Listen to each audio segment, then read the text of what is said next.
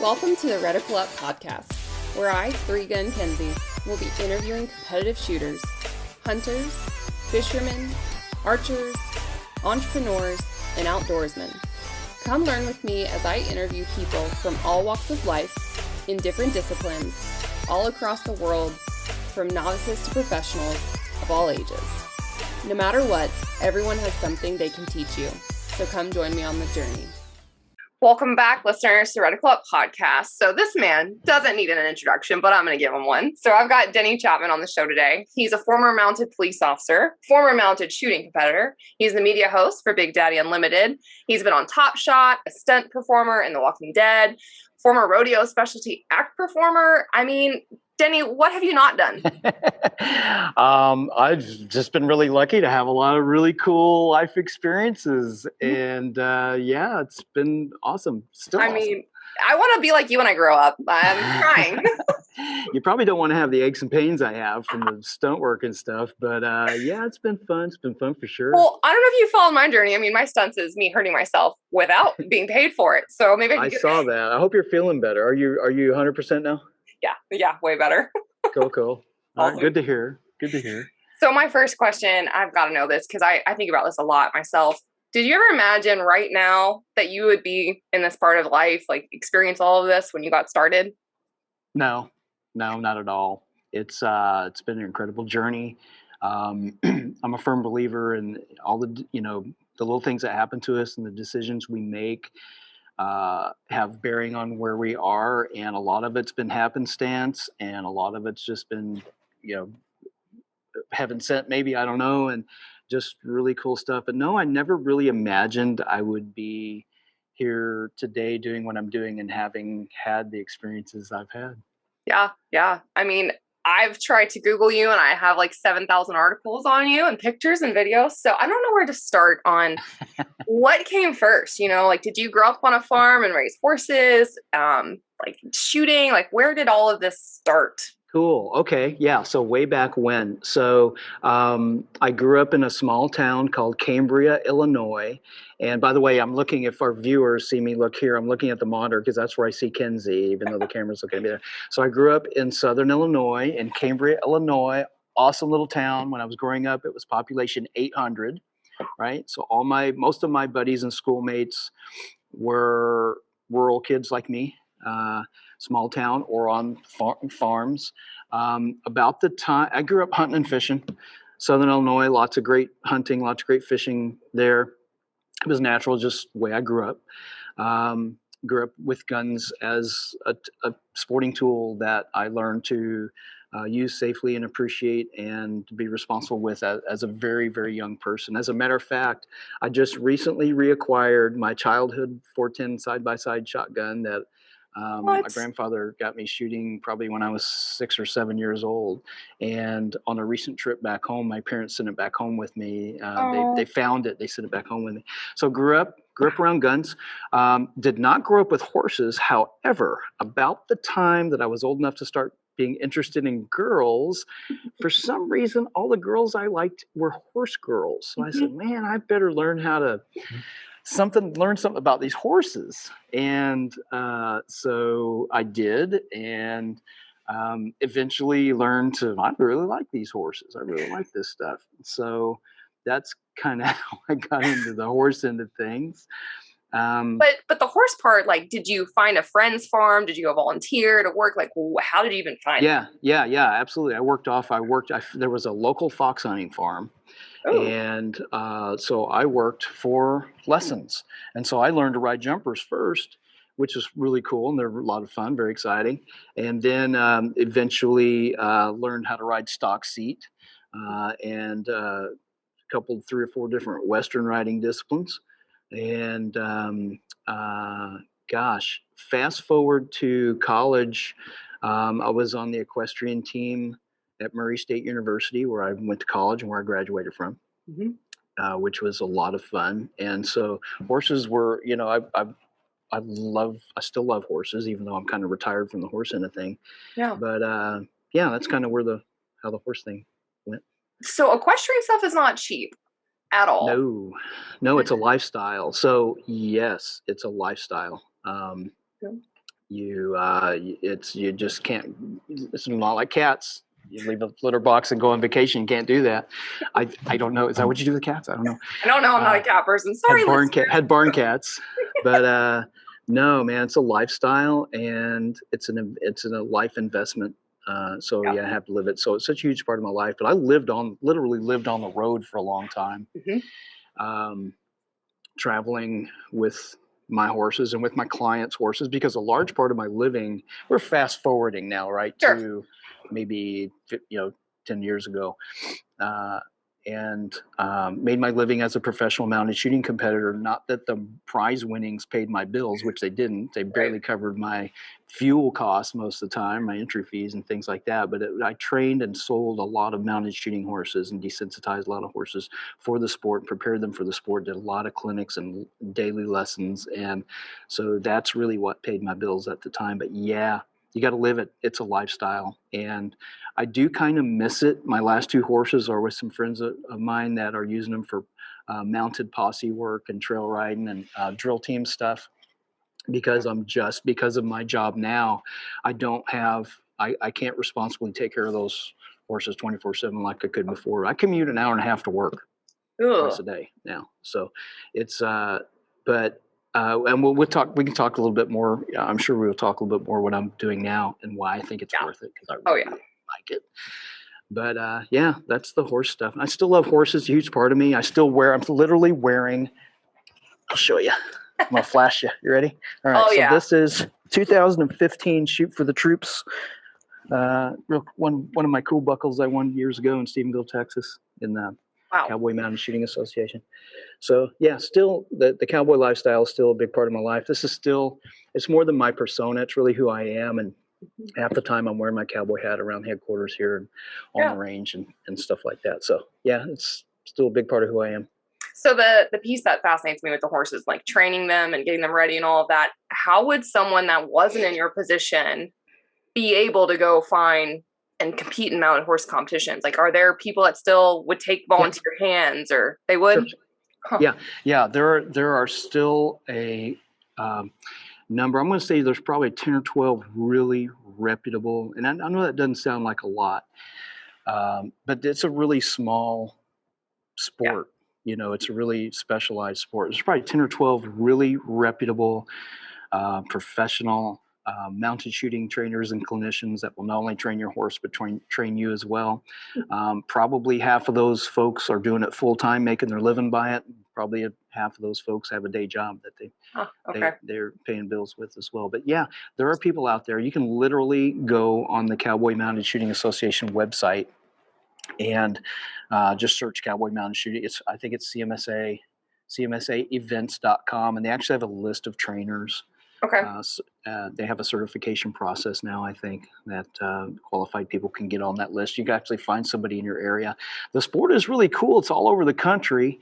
When I was competing professionally, make my living, every chance I had, every TV camera I saw, whether it was an NRA convention or SHOT Show or whatever, I ended up in front of those cameras promoting CMSA. It was such a huge part of my life, so I still want to give them a big shout out. And anybody who's interested in the sport, you can pursue it and become a part of it, and it's awesome. Horses and guns. It doesn't get much more American than that. I mean, it's really cool. One of the big questions people ask about mounted shooting is about the venues and the ammunition and the safety issues. And we're not running around rodeo arenas with people sitting 360 shooting live ammo. Just can't happen. We're shooting specially loaded blanks that actually shoot a shotgun pattern like projectiles of burning powder, about like a 410 pattern. So at 20, they're designed not to travel past 21 feet before they burn out and dissipate for audience safety. So no targets are closer. Usually the targets are like 30 feet away from the nearest wall, and then the audience members are usually another 15 20 feet away for safety, but you can still miss. It's funny. You're like, wow, you can't, but then you can't miss. Well, yeah, you can miss, believe me, because I missed a few targets myself. So instead of a splash zone, it's a pattern zone. It's pattern zone. Yeah, exactly. Pattern zone. So yeah. And you have 2 single action cowboy guns, right? Single action, not semi-automatic. You have to cock that hammer every time, and you shoot 5 targets with one gun, 5 targets with the other gun all the time. The timer's running. It's like barrel racing with guns. You're moving, going through these patterns. There are probably over 70 patterns now, I think, Wow. in the course book. So it's similar still challenge in that there is a laid out courses that people can go practice, and you'll see those. Yeah, yeah, exactly right. So you'll when you show up to the match and they post the stages ahead of time, you'll say, "Oh, that's number 20. Oh, that's 45. Oh, that's why that. Oh, I'm really good at that one. Oh my God, I hate that one."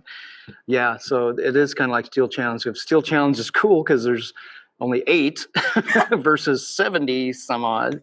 So yeah, I think that makes it fun. Yeah, it is. The difference.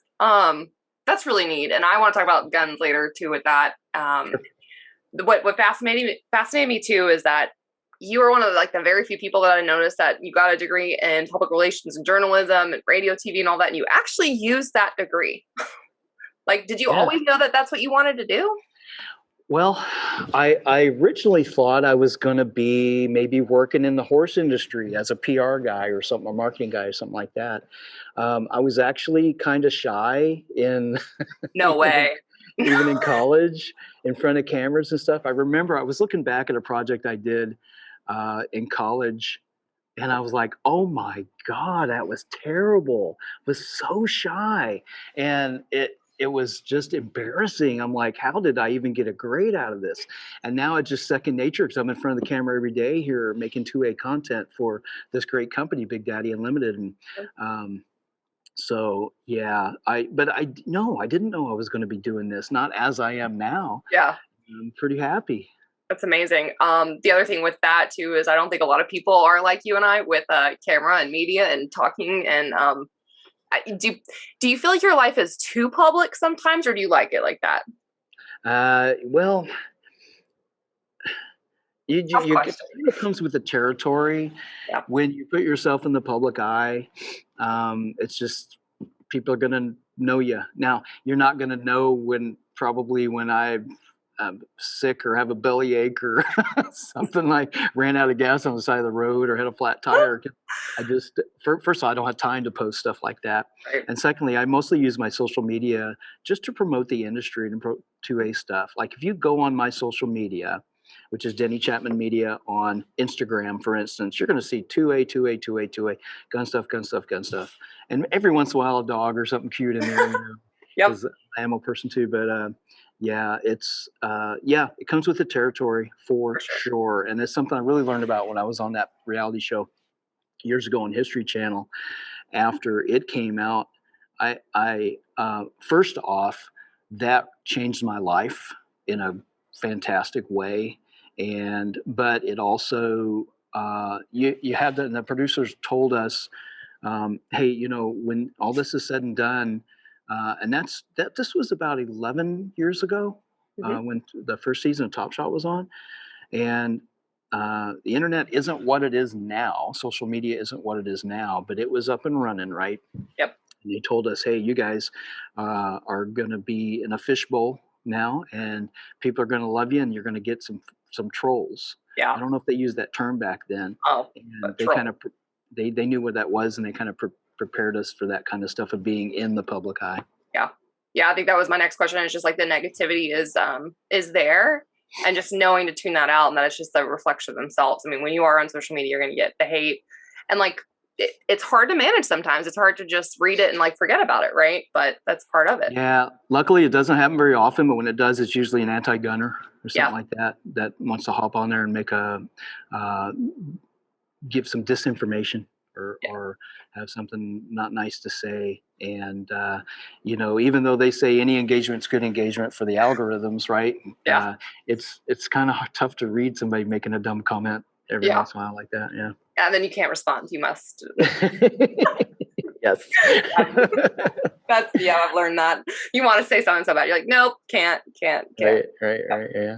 Okay. So you said you grew up hunting, and I was curious, is that rifle hunting, bow hunting? What game did you hunt? What's been your favorite animal you've harvested? All of that. I grew up hunting small game mostly when I was a kid, rabbits and squirrels. And my grandfather had rabbit dogs, beagles, and that's really what we did. As I got older, I deer hunted, and I love venison. I love Me too. butterfly backstrap on the grill, boy. I mean, good stuff. And I love to eat what I harvest. I don't get to hunt much anymore because when I'm not working here, I'm shooting matches on the weekend because that's my life and that's what I enjoy doing. USPSA and Steel Challenge now is kind of what I'm into. An occasional Renegade 2-gun match, AR and pistol match, but really enjoying my shooting. And, I like to keep a little credibility because I'm talking about guns nearly every day. And I like to show that I can still shoot a little bit. Right. It's kind of nice to show as well. And I'm not a grandmaster shooter. I do have a master classification in Steel Challenge, RFRO, which is kind of cool. But I'm really kind of, I'm average carry optic shooter and shoot through a bunch of different divisions. And I just enjoy them all.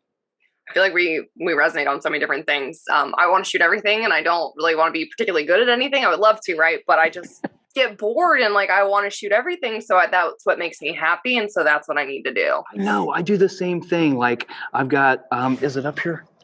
No, it's not up here. I've got a limited, we threw a bunch of guns up there just so people, hey, I'm a gun guy. I got guns. See, look, see.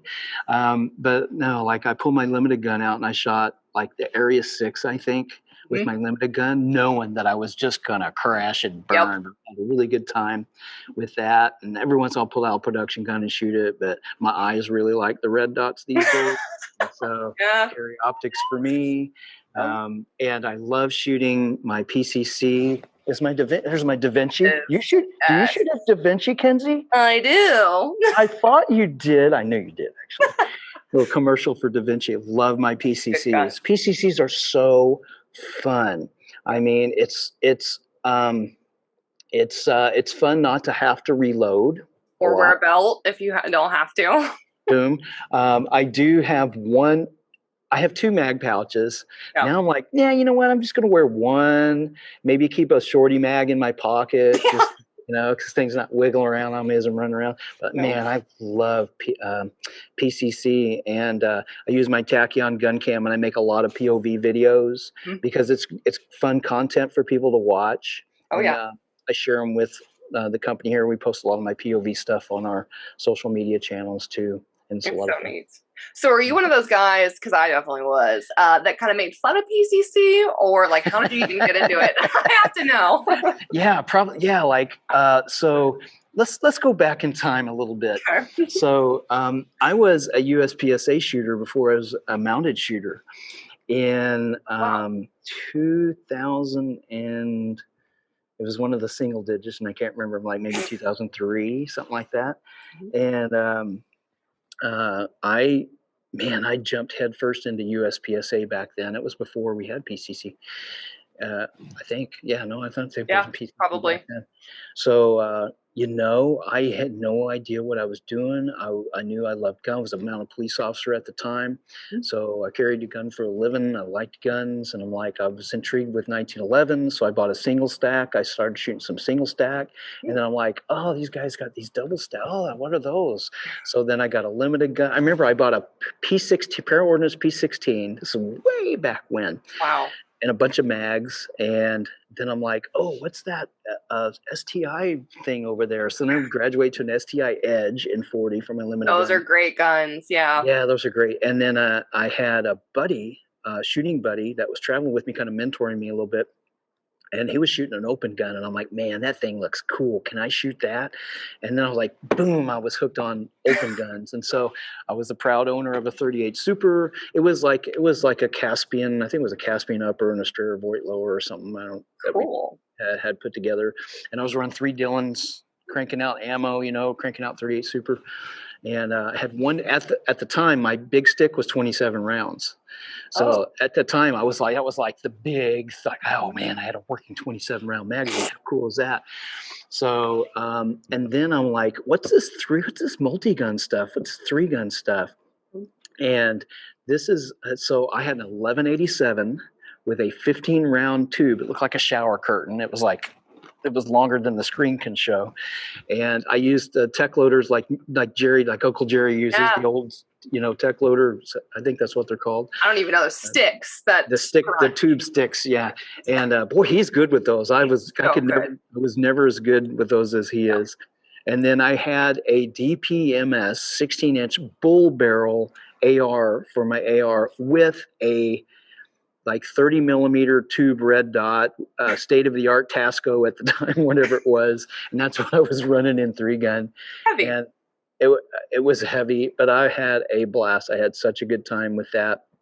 And it wasn't long though. I really didn't. I was into it for a couple of years, and then I was like horses, horses, horses and guns, horses and guns. And as a horse person, the mounted shooting thing would just took over my life at that time. And actually, even during that time, I was doing mounted shooting. I think my first mounted shooting match was sanctioned by the Single Action Shooting Society, and that was probably back in 2001. What was your SAS name? Chinks, Chinks, and chinks are short chaps, right? They're the ones that come just below the knee, and that was my name, Chinks. Okay. And as funny as it was, I was Chinks. I love it. And yeah, it's funny, in the Single Action Shooting Society, we have nicknames. And I haven't shot a SAS match actually since 2011, So it's been like 3 years for me. So I think you and I should have a project together to go shoot one together. Yeah, we should do that. Because I have a couple buckles. Cool. Excellent. Really awesome. So yeah, anyway, that's good stuff. So PCC, we still haven't gotten to the PCC. PCCs. I so love PCCs. Oh my God. Me too. It's so fun. Yep. So I was shooting, you know what? This is really funny. I was like, PCCs, what do I have? I have a Keltec Sub 2000. And so you know what I did? I dropped an N-Carbo trigger spring in it and I shot it. And it got me to, I don't know, did I make C class with that? And then I'm like, you know what? I'm being held back by this. So then I'm like, I had a Ruger PCC. Okay. Nice gun, heavy. They're heavy, but they're They're nice, right? And it runs. And so dropped a trigger in it, and I think I changed my buttstock. Actually, I did a reel. If you look at my Instagram, Denny Chapman Media, I recently did a reel, and it was on this wall. And I did a demonstration reel. Here's my Ruger, and it has this, and that, and the things that I did to it. And then I'm like, man, this Ruger's holding me back, man. I'm like, I want to get B class, a C class. I want to get B class. And so I was shooting some of my friends' AR style PCCs, and I met Darren Snyder at Volusia Gun and Hunt Club. I was squatting with him. I was shooting carry optics or something that day. A regular Saturday match. We shoot every Saturday. I love it. And we were talking about PCCs, and he's like, "Hey, you want to shoot mine?" And I'm like, "Heck yeah!" And I shot his. I'm like, "Dang, this thing is the bomb! What is this? Where does it come from?" Lo and behold, Da Vinci Machining is down here in Florida, down in Clearwater area, and I'm like, "Hook me up." Who do I call? And so next thing you know, I'm texting back and forth with David from Da Vinci and blah, blah, blah. And we had a group. It's funny. We had a group text going. It was me and David and Darren. Darren's finally like, I'm going to get out of this group text now. I think you guys got it covered. And so I finally hooked up with David. I probably pronounced David's last name. Padovan. So finally I got on the phone with David. I said, I'm on the way with, he was building it for me. Yeah. Which is really cool. We're doing a Da Vinci commercial now, right? So the Da Vincis are basically made. They're in David's shop, and he's an engineer. He makes really cool, really great firearms, and it's a custom made PCC, and mine's been running flawlessly. I think I've got 6 matches under my belt with it so far, and it got me to B class, and it got me to A class in Steel Challenge. So that's amazing. Master. I don't think I'm master yet. A class. It's amazing. In Steel Challenge. Yeah. The gear does hold you back, I think, to a point, especially with PCCs that don't run, that are so painful to run, or Yeah. Well, it's like, if you buy an off-the-shelf PCC, you're going to have to tune it. You're going to have to figure out bits and pieces to make it work. And sometimes you can make them work. I ain't got time But for it's that. so nice to be able to just buy something that works. Oh my God, and just not have to worry about it. When I ran Darren's at the match, he's like, "What ammo do you usually run?" At the time, I was running 150 Syntax, right? He's Yeah. like, "Well, sometimes they can be, any PCC can be somewhat finicky depending on what kind of buffer and with this and that and things." And it ran my ammo, and then we ran some 115 factory loads to it, and it ran in. I'm like, I'm sold. Yep. Cool, because basically at one end you get a high power factor, low power factor, and it's cycling everything. I'm good to go. Yep. David did actually send he called it a mouse fart buffer. He said, "Here, we'll give you a mouse fart buffer just in case you want to load some really little poof rounds." And I haven't had to use it yet, but I have it just in case. Oh, David, that's amazing. He's funny. What Funny guy. what buffer system did you go with? The stealth. It's the JP style. Okay. Yep. Yeah. Silent capture, JP. Yep. Yeah. Cool. And that's what I like about David. So for people that are listening, like you actually get to choose a trigger, choose a buffer. It's the Arma Spec. It's the Arma Spec Stealth. Oh, okay. Yeah, I was thinking of a different one. So you get to really pick out your race gun. It's still gonna be race ready no matter what you go with, but it's nice that David's like, hey, run what works for you. And like even us on the team, we shoot a little bit different variables on the buffer system and triggers. And I wanted to ask you if you have you had any experience with roller delay?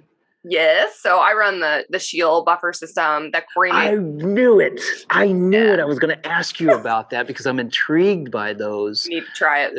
So for people who are watching this that don't know what that means, this is a great opportunity to educate them about roller delay versus standard buffer system, I think. I don't know the best mechanical terms, but like the roller delay for Corey's, the actual buffer itself, you can take it out and there's the wings, of course, that fly out and they have the rolling system, but inside of it, there's spring pressure. So there's different holes. So you can put heavy springs, light springs, and really tune it to your ammo. So it's kind of totally up to you on that. And we've short stroked it too. So you don't have to, but in the back, we've got the bumper. So for different people, like I shoot 124s, I think Corey shoots 115s. We all kind of set our tuning, our roller delay system just a little bit differently. You probably know more about the mechanical side of a regular buffer system, but I just found like there's less dot movement. Yeah, I think so. It actually locks up the action for those of you that are watching this. It actually locks the action up just a tad bit longer, and you may not be able to perceive it, but it actually keeps the action closed until the bullet essentially exits the barrel. And you have a lot less perceived recoil, and that you're able to follow your dot maybe even a little bit better between shots. I probably am... maybe I'll progress to that point soon. I'm still, I think I might, maybe a year down the road, be looking at something like that when I'm looking to maybe get over the next hump or maybe get from A to master or wherever my next journey is with that. I'm looking over at my rimfire gun, Sophia. This is Sophia. I named my guns, by the way. This is Sophia. Sophia is my rimfire rifle optics pistol for Steel Challenge, and so I was over there staring at Sophia. That's why I was looking over there. Do you run the same optics on all of your rifles? No, I don't. I have so many different. I mean, I've got just a huge collection of optics, and just whatever at the time feels good. Like I have an RTS2 on my Da Vinci, and I think my offset is a Vortex Viper. It's the same as this. Yeah. No, I think I have a Viper offset on that one. I have an RMR on as an offset on my AR with a Vortex Strike Eagle. They're all different, right? So like choosing one might help you. It's weird. Yeah, I know it's weird. Now I've been experimenting with the Holson 510C. Yes, that's my favorite. So I think I'm probably going to switch to that. It's got a bigger window than I'm running a Seymour. No, I'm not. I'm running RTS2. I'm running a Seymour on a different rifle. I have so many different. It's hard to keep track of all of them. Yeah, maybe I should go consistent. That way I can at least remember what I'm using. So bad. This is amazing. So like, I wish that I was sponsored by Holliston, but like I firmly believe in those. It's on my carry gun. It's on actually 2 carry guns, and then Holliston's great. It's great quality for the money. Yeah, they're very consistent. They're all the same. I recently did a bench review for Holliston. for the company, which will be coming out on the Big Daddy Unlimited YouTube channel real soon. So that's super cool. Yeah. Jealous. I know we've kind of digressed. So going into, I want to go back to like the Top Shot. So you're shooting, you're competing. When did Top Shot reach out to you? Did you apply? Like, I don't even know how that happens. So at the time, I was shooting for Taylor's and Company out of Winchester, Virginia, and they are awesome people. Tammy Loy and Sue McFarland, mother and daughter own the company. A female-owned company, by the way.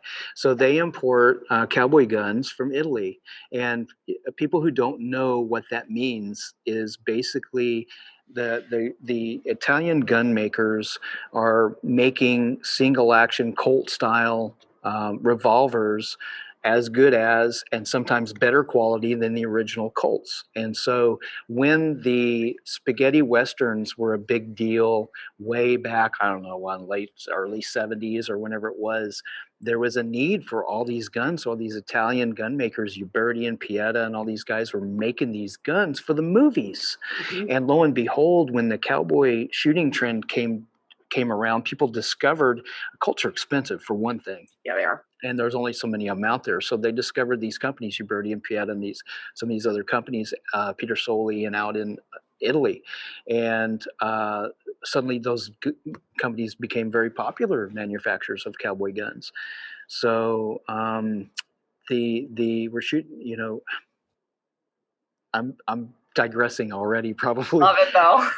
But and cowboy guns, hey guys, single action guns, you have to cock them before you shoot them. It's not like double action. By the way, double action and single action refer to the action of the trigger. I'm in teaching mode now, Kenzie. So you probably know that. Did you know this?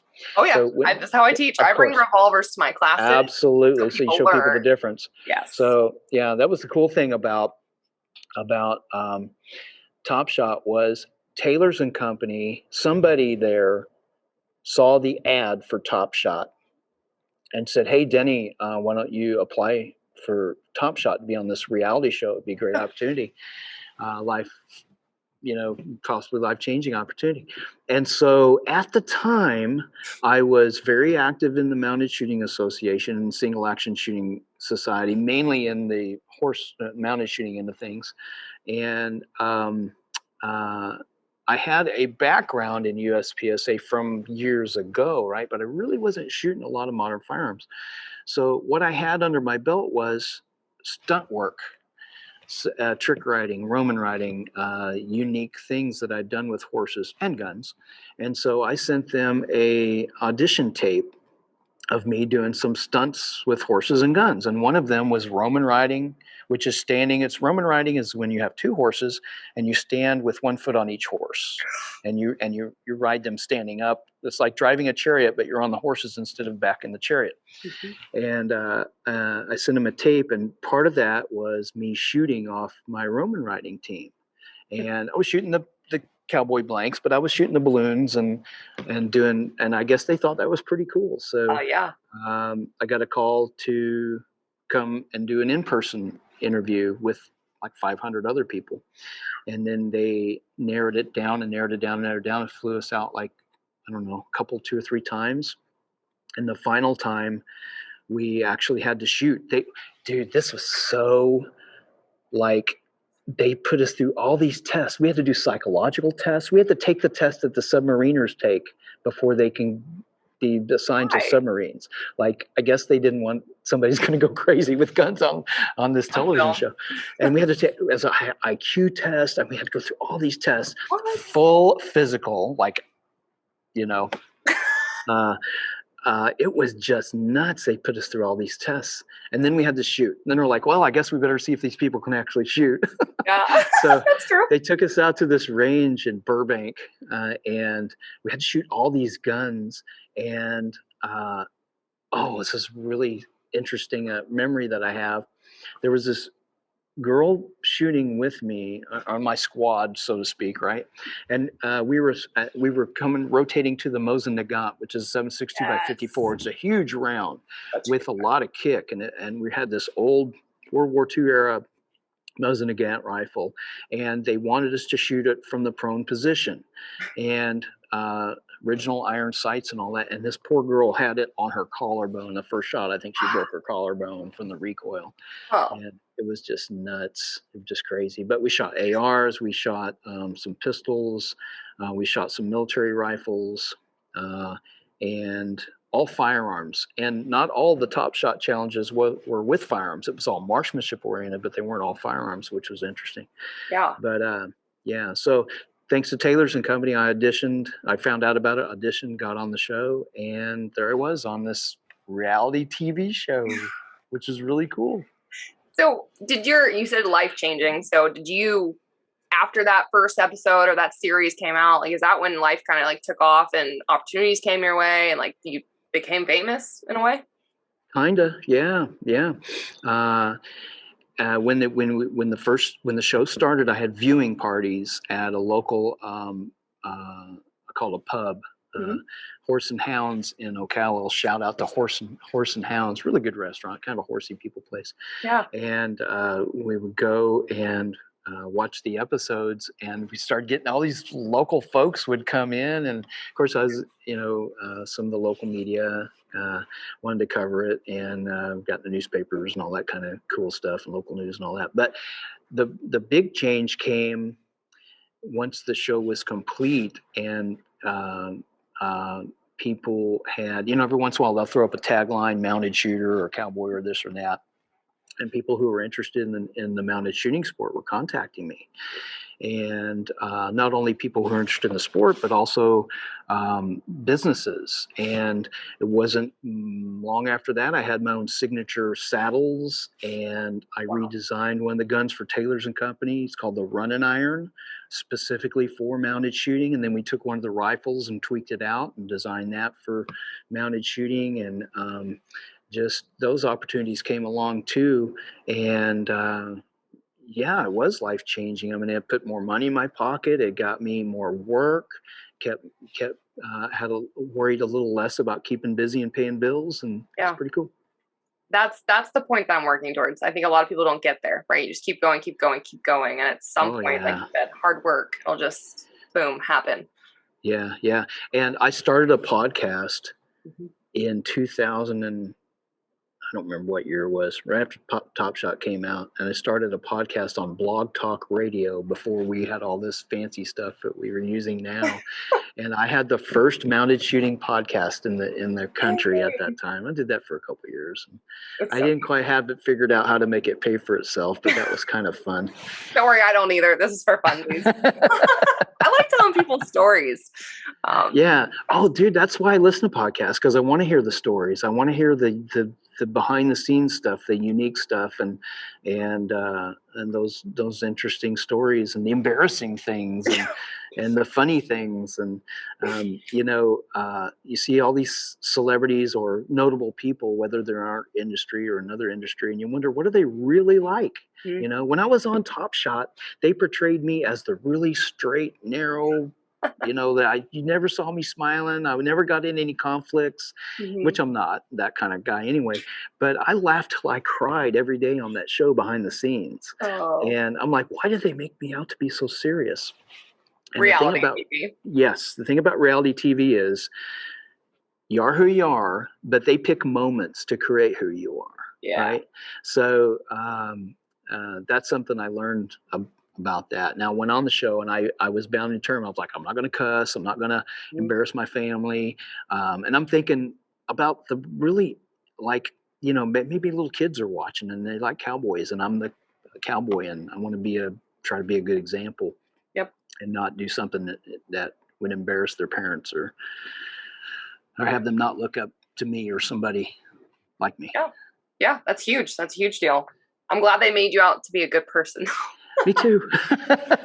They had, That worked this out. was, okay, so I'll tell you a little something. And those of you guys that are watching this is really interesting because when you watch these reality shows, you see these Netflix style interviews where they pull the person out and they're looking over here talking with the cameras here. And what's happening here is there's a producer asking you questions. You don't always hear the questions, but you're answering the questions, but you're answering them in a statement form. Like the producer might say, that Kenzie, she's a real firecracker, isn't she? And put it in your own words. And they want me to say, Kenzie, she's a real firecracker, But so we had this, we had a knucklehead on the show. Uh-oh. And he had some good moments and he had some not so good moments. And he had a not so good moment, right? And he was really kind of mean to one of the other guys. And they saw that I got noticeably disturbed by that. And they pulled me out. They called them off the cuff interviews. They literally pulled me off the set, took me off to the little booth and said, okay, Denny, we're going to do an off the cuff interview with you right now. And I'm going to leave the guy's name out, but they said, you were really disturbed by what such and such did. And I said, yep, I was. And they said, well, tell us what you really feel about such and such and put it in your own words and do it right now. Oh. And I said, such and such is a real knucklehead. That's it. And that's it. That's all I said. That's all I would say. And they're like, come on, Chapman, give us something good. You know, he's a bleepity blank, don't you? You say, yeah, I know that. Well, say it. And I'm not going to say it. I just couldn't bring myself to say it. And, maybe that's a little hokey, but something about reality TV, they'll capture sound bites and they can kind of portray you. Maybe you're not really like that. Maybe you are, maybe you're not. But so when you're watching reality TV, guys, it's not all reality. Good to know. That's good information. Yeah. Now, were you the person that did the Walking Dead stunt, like from the very first episode of him? No, okay. That was Tommy Turvey. Okay. Really great stunt man, Tommy Turvey. Matter of fact, my work on The Walking Dead was only because on that episode, Tommy was out doing stunt work for Johnny Depp when he was on that movie, Lone Ranger movie. So Tommy was the stunt coordinator, the equine stunt coordinator, or something for that movie. And he was gone. He was the regular horse stunt guy for The Walking Dead. And we ran in some similar circles. So I was contacted by some folks that are affiliated with The Walking Dead and say, hey, can you fill in for some stunt work? And here's what we have in mind. And that's how I got that job. That's so cool. Thanks, Tommy, for being out of town. No. It was so cool. And I made a pretty good paycheck out of that at the moment. And then I would get like these residual checks and they would sometimes not be so much, sometimes it was pretty neat. Now, recently I got a nice one though. It's called a clip fee. So when you do Screen Actors Guild work, you get clip fees. If they reuse your clip in a later program or episode, they have to pay you for it. I didn't know that. So I get this check in the mail. It was like a couple weeks ago. I'm like, there's got to be a mistake, man. But it wasn't, so that was really cool. Oh my goodness. So you need to know a person to get on the inside, essentially. Yeah, it is who you know sometimes in life. Network. Regardless of what industry you're in. It really, and just be a good person and network. And be nice to people. A lot of people will open the door for you. Yeah. Or ask. Like Hunter's Gold. Yeah, you like that segue, Kenzie? That was great. So, I'm gonna put my Hunter's Gold on. How did you meet? When did you meet Brian? I met him. It was about a year and a half ago. He was at the Volusia Gun and Hunt Club, which is my home club for USPSA and Steel Challenge, and he was there for maybe as an area match or something. I forget.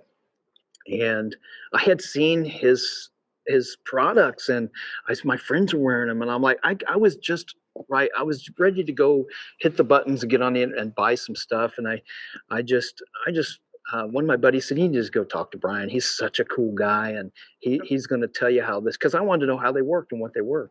And he did. And he was absolutely as cool as they said he was going to be and talk. He was such a cool, down to earth guy, friendly guy. And he's such a great product. And I just said, I'll buy a pair. Hook me up. Let's do it. So I'm a huge promoter of Hunter's Gold. I love Hunter's Gold. This is my first pair of rubies that I just got. I wore my first match at an action steel match on Sunday, And what I've noticed is the rubies really make, especially my fiber optic, make my red fiber optic really pop. And I actually have a pair of prescription yellow lenses also. So I have 3 pair of Hunter's Gold now. There you go. Now, you haven't had the opportunity to, but the rubies shoot shotguns, clays into the sun with those when on a really bright day. Like you can, don't stare at the sun is my disclaimer, but stare at the sun. Yeah, and so I meet a lot of 2A influencers, and a lot of the shotgunners like red lenses anyway for that reason. Yep. And I'm a terrible shotgunner, Kenzie. Are you really? That's my favorite gun in the world. I'm okay. Like we were creating some content recently, and I don't remember, we were doing some trick shooting or something. I did some cool trick shooting, like shooting that gun upside down and over the shoulder and neat stuff. And then they were like, hey, let's do some shotgun stuff. I'm like, I got to go to the bathroom now. So, but I'm okay. I mean, I can throw them up and hit them, but to do the, behind the back and all the, no, can't do that stuff at all. Terrible. This is awesome. I do like sporting clays, although I'm very average at sporting clays.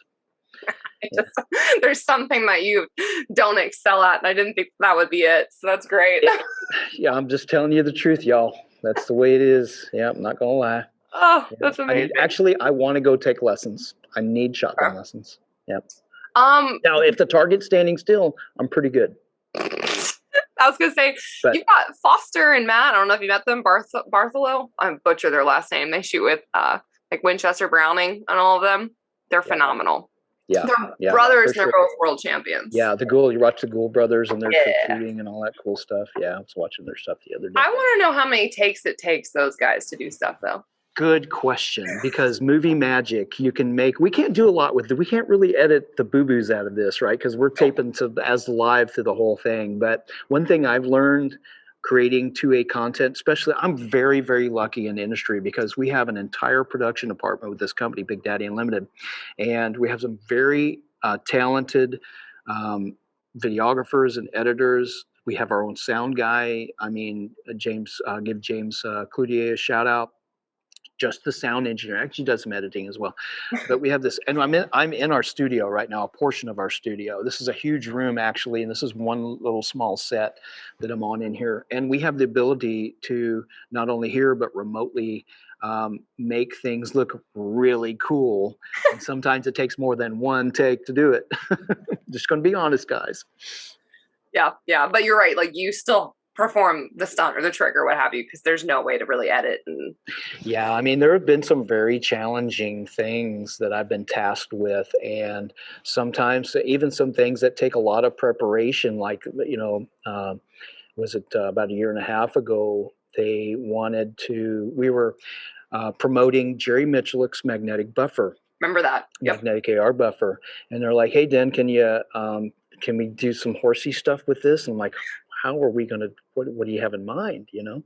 It's an AR. I've never shot, I shoot ARs all the time. Love ARs. I shoot a little 2-gun, little tactical matches on occasion with ARs, but never shot off a running horse. So I said, hey, what's my deadline? So, well, we need to shoot this next week if you can make it happen. Whew. So there's this really cool video of me out there shooting an AR-15 double tapping a target off a running horse that I was pretty decent at that, probably because I have a lot of experience shooting off of moving platforms, mainly being horses. And it was a long day, but it was a really cool project. And so so I've got a real, I don't know how many views we have. So it's on the Big Daddy Unlimited YouTube channel. Jerry Michelik buffer, just search Jerry Michelik, Denny Chapman buffer, whatever you'll find it.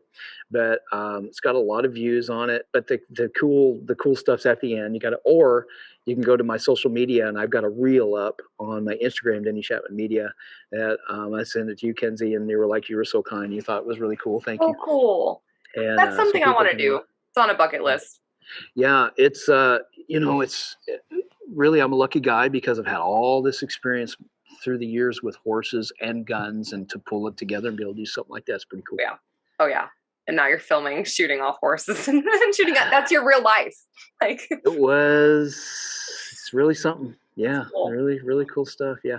I don't do a lot of horse stuff anymore, just because as a company here, because we sell so many different products, they might say, hey, we need you to, go out and shoot this such and such gun and just do a short review and shoot and do some fun stuff with it. And weekly, I get tasks to do different 2A content stuff, which is some of it's just actually all of it's cool because I love shooting.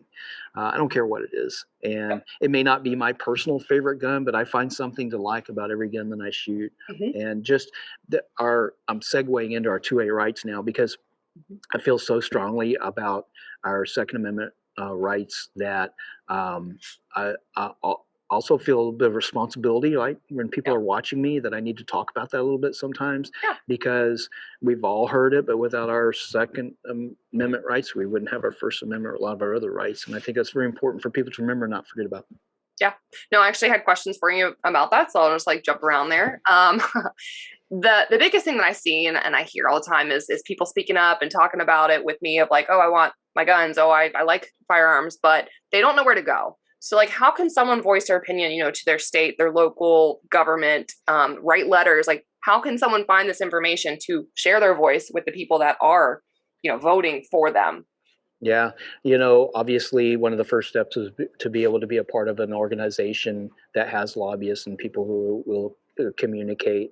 And there are so many different great gun organizations out there, and some very specific organizations like Diana Muller's DC Project, for instance. And have you had her on your podcast yet? No, not yet. You definitely should get, and I'm sure she'll be glad to do it with you and talk about it, because they're a huge lobbying organization. It's women, but their rights belong to everybody, and they have a group of women that are very strong 2A advocates.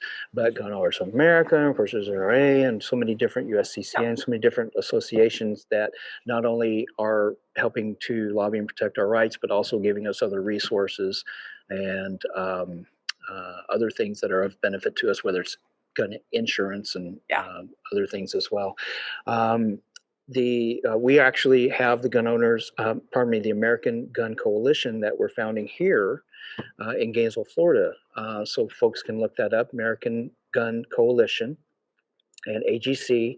And this is a grassroots organization that we're funding here through Big Daddy Unlimited, just because, I don't know if you know the story behind Tony and Sherry McKnight here, who founded this company, but they stumbled into the firearms industry because they were worried about their Second Amendment rights. And they weren't gun people, and they were business people, but they weren't gun people. And one of the cool things about them is they're extremely patriotic, very strong believers in our constitutional rights, and they wanted to try to do something else to help. So we're just getting this American Gun Coalition started, and as a grassroots organization to help. And another cool thing about this company is we have a lot of influencers that are out there promoting our Second Amendment rights, and we are trying to support those influencers and provide them with a voice to do that as well. So, and I want to get to them after we finish some of that stuff, but even I'll mention Martin and Diego Reyna.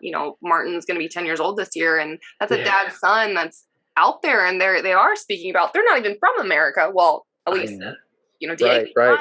And he's they immigrated from Guatemala. And one of the cool things about that family is Diego was an Olympic shooter in Guatemala, Martin's dad.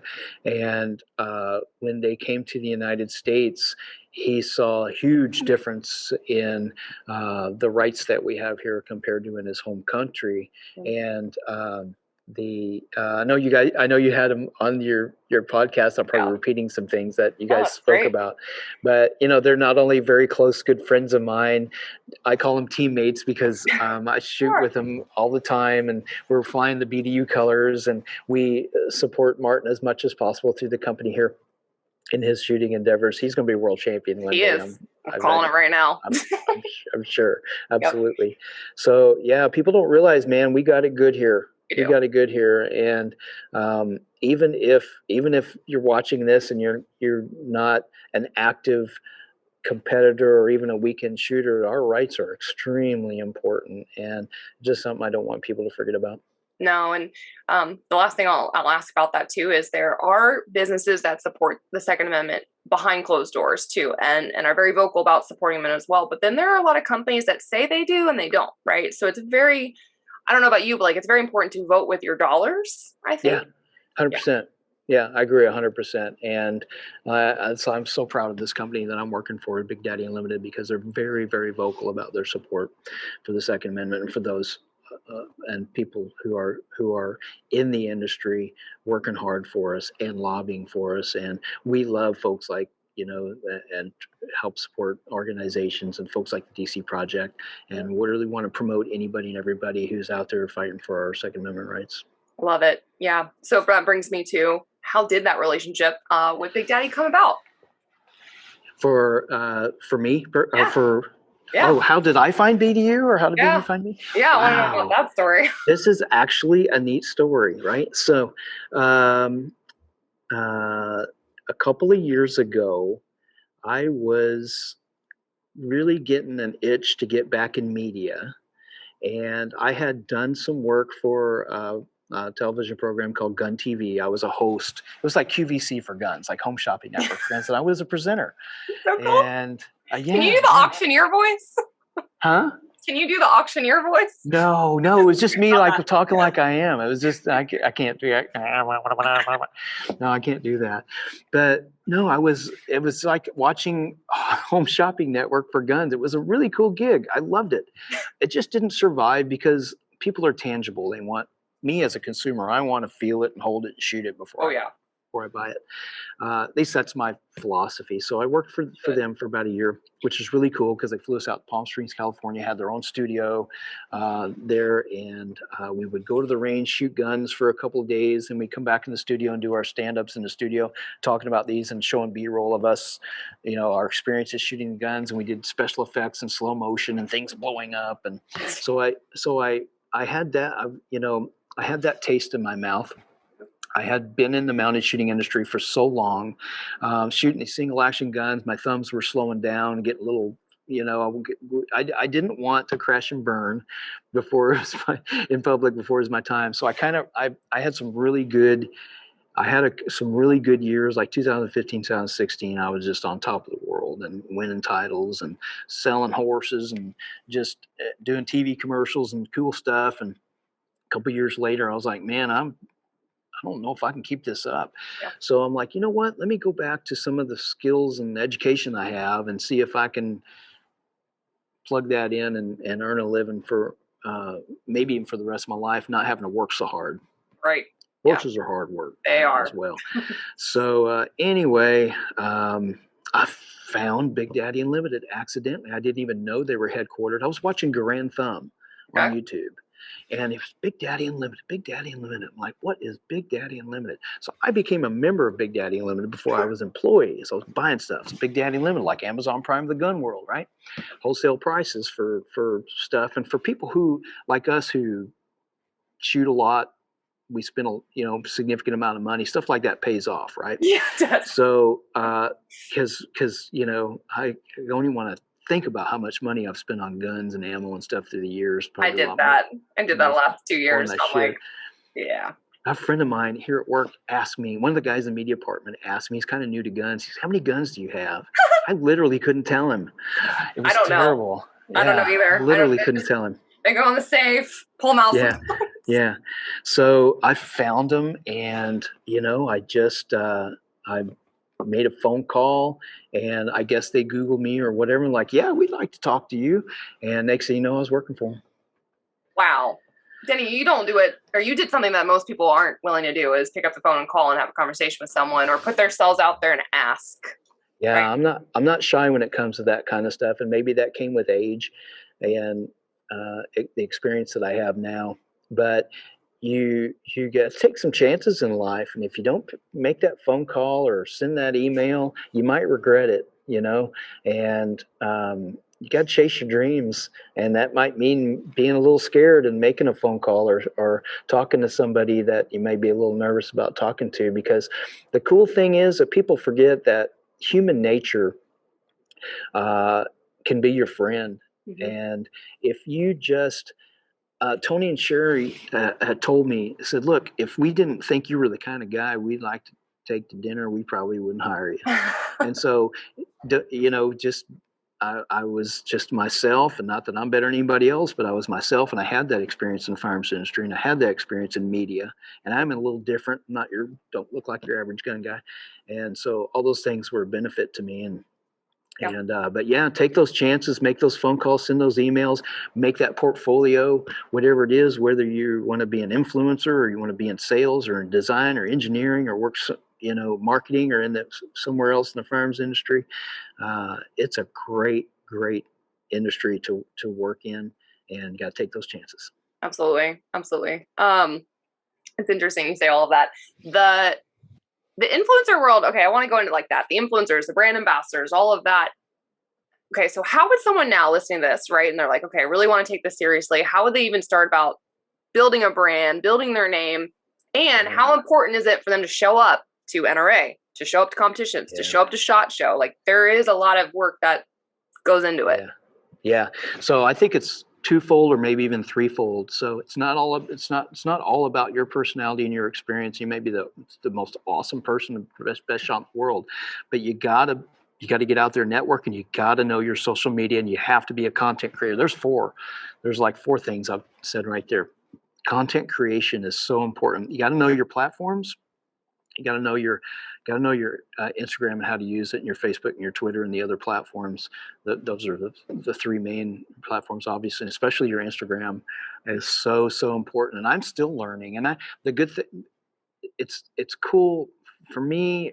I'm not underneath so much pressure because I'm a salaried employee. I don't have to necessarily generate those followers for myself. I just need to create this content for my company that I'm assigned for and do a good job and make good presentations. But it is about numbers. Yeah. It is about numbers, because when you approach, if you're a shooter and you need a sponsor, you need some ammo, or you need some components, or you need a gun to shoot, or you need some accessories, and you approach these companies, regardless who they are, maybe they're great folks like Hunter School. They need to know who you are and what kind of followers you have, because instead of us taking out advertisements in magazines and radio, we have followers. We have people who look at our content and see what we do. So that's really important. It's kind of sad that it's that important, isn't it? But it isn't something to keep in mind. So how do you generate those followers? You have to create that content. You have to figure out what kind of content people want to see.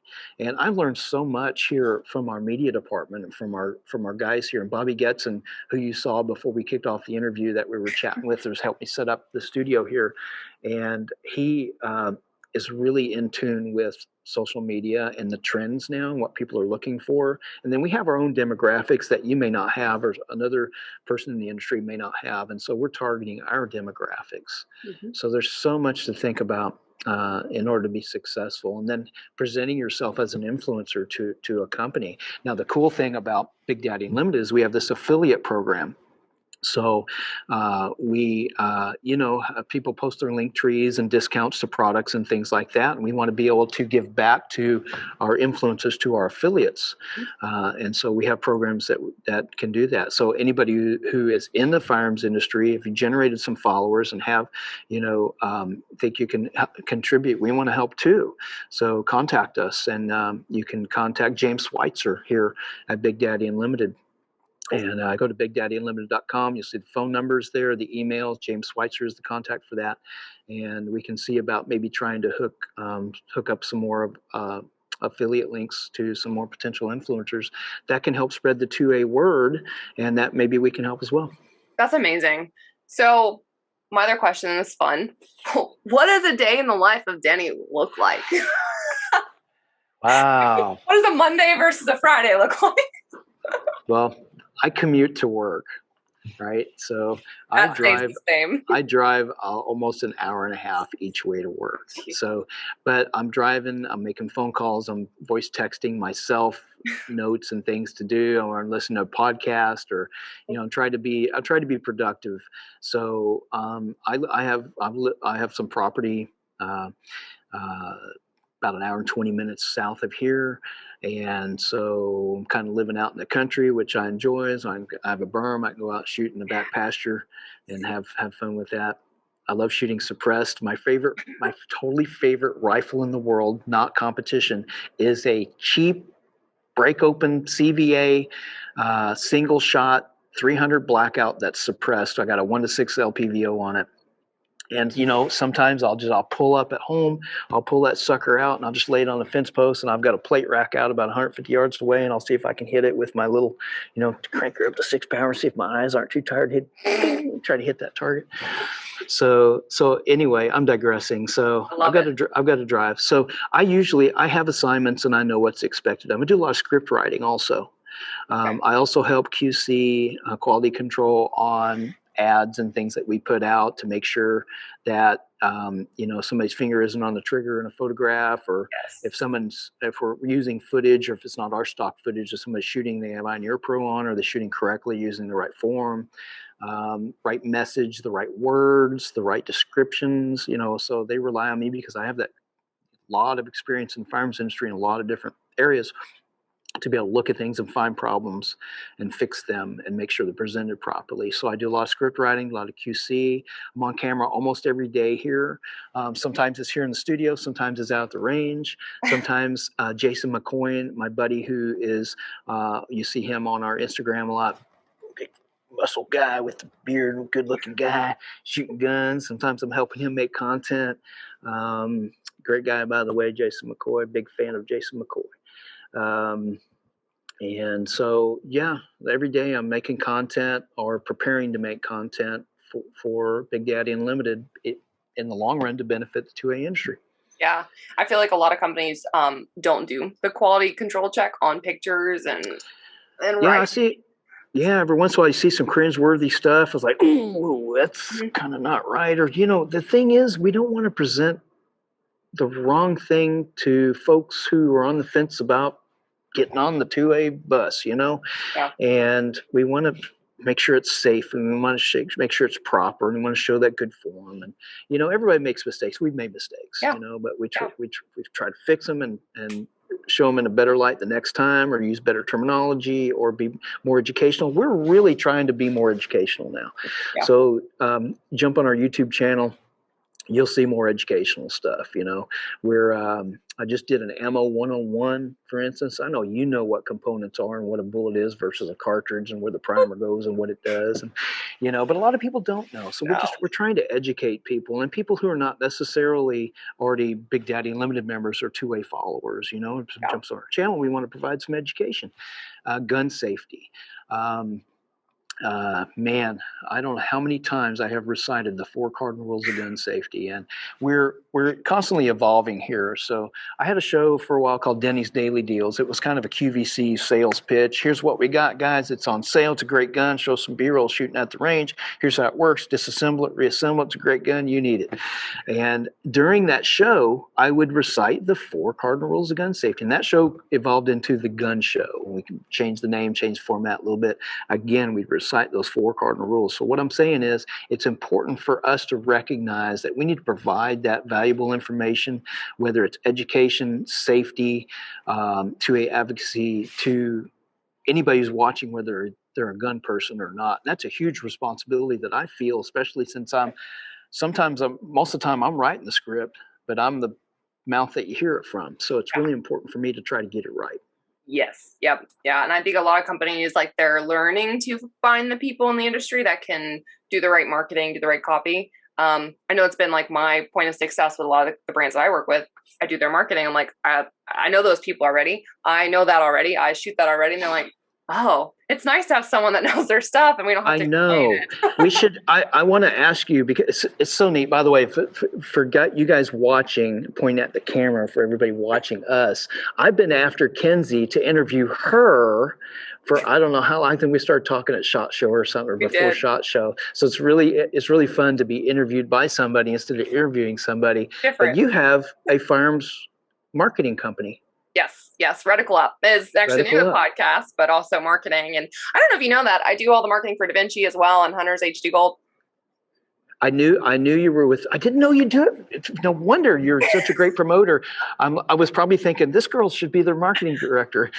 And she is. No, it was kind of actually. I'm joking, but it was kind of obvious because you're doing a great job, and so really proud of you for doing what you're doing, and it's a lot of hard work, isn't it? I know it is. Yeah, we're working on growing a friend's brand from the ground up, Blackfire Forge, and like Tactical. They had a bad experience before with someone in marketing, and they didn't do their job. So it's hard when you get burned. I totally get it. Yeah. But now they're like, you think of things ahead of time. You got us ready for NRA before you even thought about like a giveaway or a flyer, or, email. I was like, yeah, like I do this and I love it. So these companies that are investing like in their own, like I love small businesses and medium businesses. Really, it's what I work with. It's amazing to watch. We grow together.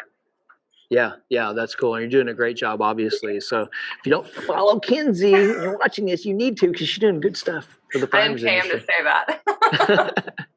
So I shoot on weekends. I shoot USPSA and Steel Challenge, and I'm always trying to make content or thinking about just the way my brain works. When I'm shooting, I'm wearing my Tachyon gun cam, my mini gun cam, which I love, by the way. I don't know if you use them, but I met Raymond Ling Sunday. He's the owner of Tachyon gun cam. He was at the Volusia Gun and Hunt Club. He's friends with Gorka Ibanez. Of course he is. Who owns the club, right? Grandmaster Shooter, if you don't know Gorka, great guy.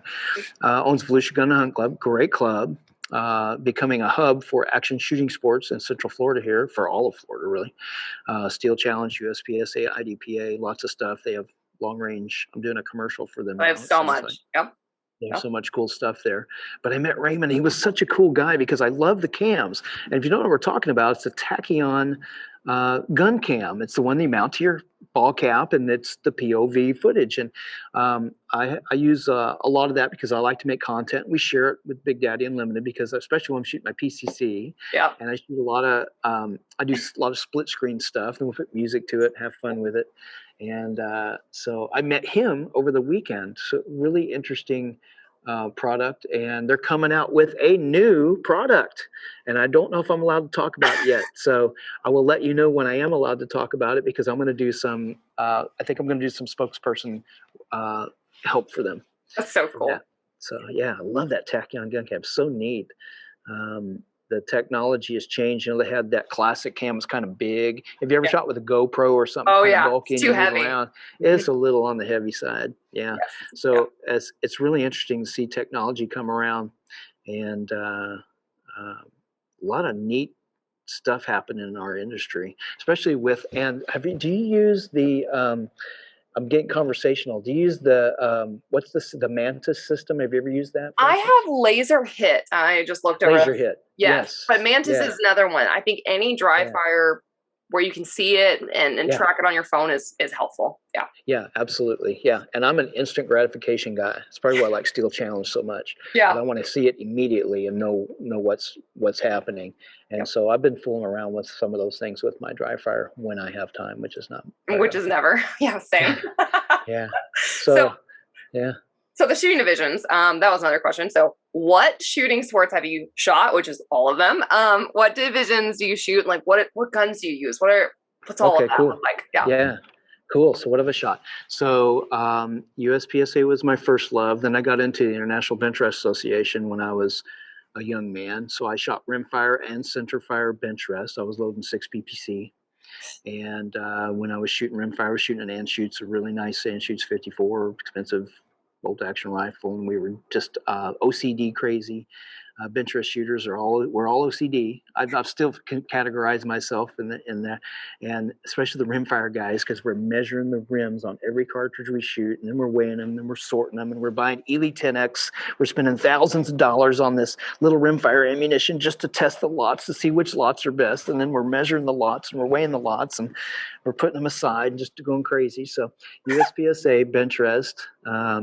And I've shot muzzleloaders. Enjoyed muzzleloaders for a while as well. Got into archery. I love all forms of marksmanship, actually. Then I dabbled in IDPA as well, which I don't get to shoot too much anymore because it's hard when you only have so much time. I feel like I can really only focus on USPSA and Steel Challenge, and I'm lucky enough to have both at the same club. Yeah. And the cool thing about Volusia is they have their own Steel Challenge dedicated bays, and you can actually go in there and practice them as a member. You can go and practice anytime. That's amazing. And so I shoot USPSA usually on Saturdays and I shoot USPSA on Saturday mornings, Steel Challenge on Saturday afternoons, and if I have time and if I can get away, I go back on Sundays and shoot Steel Challenge again, or just work on something I need to work on. Wow. And so Steel Challenge is I discovered Steel Challenge probably 6 or 8 years ago. Stumbled into it. It was really cool, and then I got busy, couldn't do it. Now I really love it. I think I'm classified in 8 divisions in Steel Challenge. My highest division is I'm a master in rimfire rifle optics, and I'm a really like my lowest division is like I think I'm a C production shooter. Like, I hate productions. Okay. So, Yes. but I'm intrigued by revolver. Like I want to get classified in revolver. Me too. It's something like Caleb Giddings was on my series of Top Shot. I don't know if you know Caleb or talked to him or met him or know him, but Caleb is a revolver guy. So follow Caleb on. Should follow Caleb on social media. It's really interesting. He's a really cool guy. Says it like it is. Doesn't hold anything back. But he knows a lot about revolvers. And so I'm thinking about picking his brain and seeing if he can hook me up with some equipment. Maybe getting my revolver classification for Steel Challenge. I'm a B class PCC shooter in USPSA, and I think I'm an A in carry optics, and A is the highest classification I have in USPSA right now. So yeah, well, you've got 1,000 million things going on too. So and I kind of average shooter, but I like it. We need people like you and me, though. Average shooters. We're the most welcoming, right? I may never be a grandmaster in carry optics, but doggone it, I enjoy it so much. Fun. And I'm thinking about doing some more iron sight shooting. I have a limited gun. I've shot some limited. I have a limited classification, but my roots go back to single stack way back when. Yeah. So I was talking to Gorka. I'm like, Gorka, you gotta hook me up with a race ready single stack. Let's shoot some single stack. The thing that's been holding me back is my eyesight. So through the years, my eyes have changed, and I'm nearsighted. So I wear one contact in my right eye because I'm right eye dominant for distance shooting, or for my carry optics for anything with a red dot. My left eye, I leave blank because I do so many reviews and so much bench top stuff with guns. If I wear corrective lenses in both of my eyes, things are blurry here. I can see the teleprompter, which is right there. Like, I'm looking at the screen. That's actually a teleprompter. There's nothing on it right now. Yeah. The words are up here. But my eyesight's kind of weird. Yeah. So Brian made me Hunter's Gold prescription lenses, right? Yep. Both prescription, which I love. So if I don't feel like wearing my contacts or one contact, I wear those for any distance or red dot shooting. Yep. But when I shoot iron sights, I literally put a contact lens in my left eye, and I leave my right eye naked, right? Because I want to focus. If I wear a contact in my right eye and I bring an iron sighted fiber optic pistol in front of me, my left eye gravitates to it. It's weird. And then it throws me all off. But if I have my corrective lens in my left eye, because I'm right eye dominant, my right eye can focus on my front sight like it's supposed to. Right? We're supposed to focus on the front sight. And my left eye, I'll just barely squint it a little bit. I try to keep it open. I'll barely squint it. I've got my peripheral vision so that I can call my hits. Yeah. It's weird. My eyes are really weird. So I finally figured that out. I swap them for my iron sights. And I found I can still shoot iron sights. Oh my God, in all these years I thought since I've started wearing corrective lenses, I can't shoot iron sights anymore.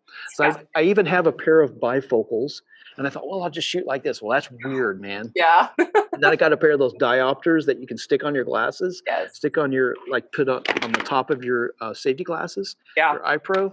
And then I'm like, no, I have to get it just right, and I can't do that.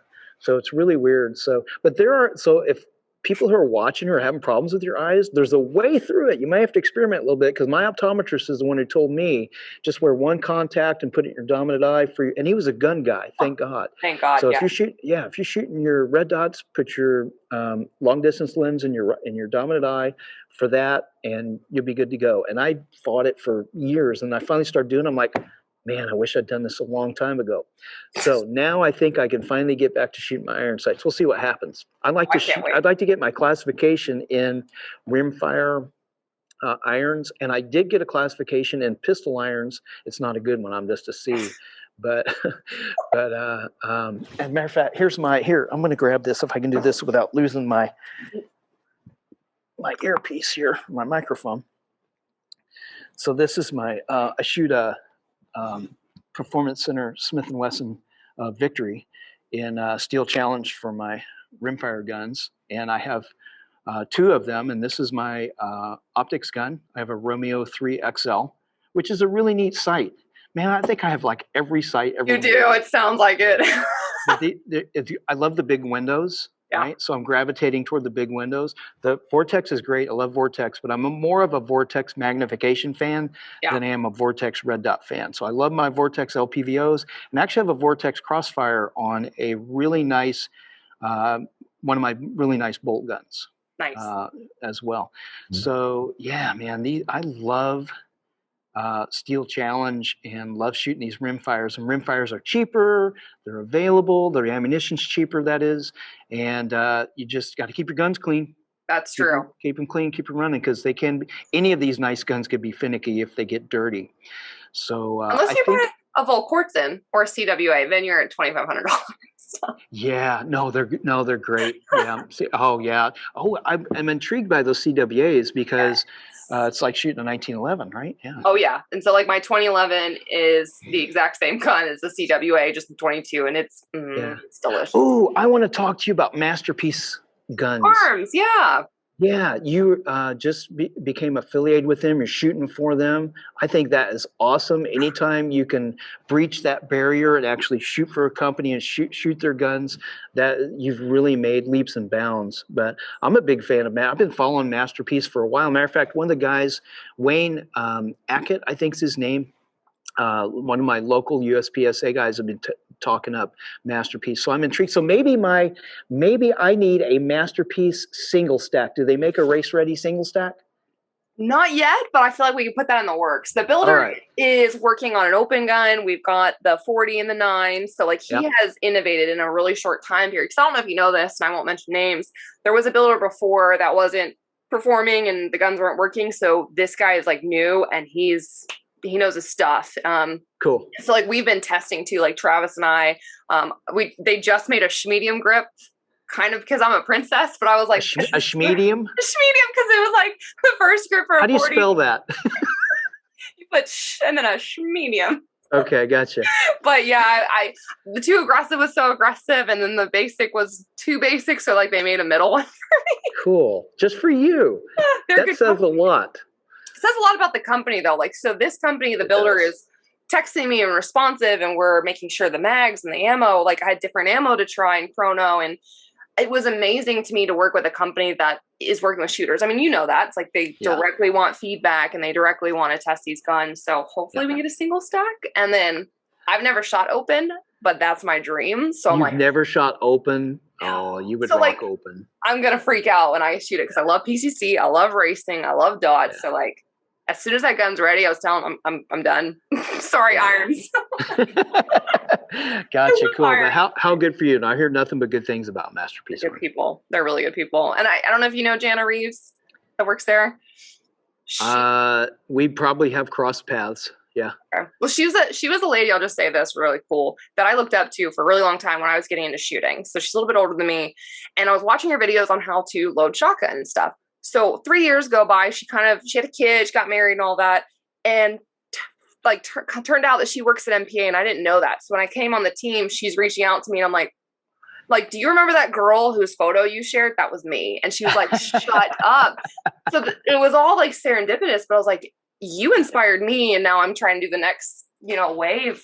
She made an impact. So yeah, that is cool. So cool how things come full circle like that. Yeah. in this industry. This is really a small world that we live in the 2A industry.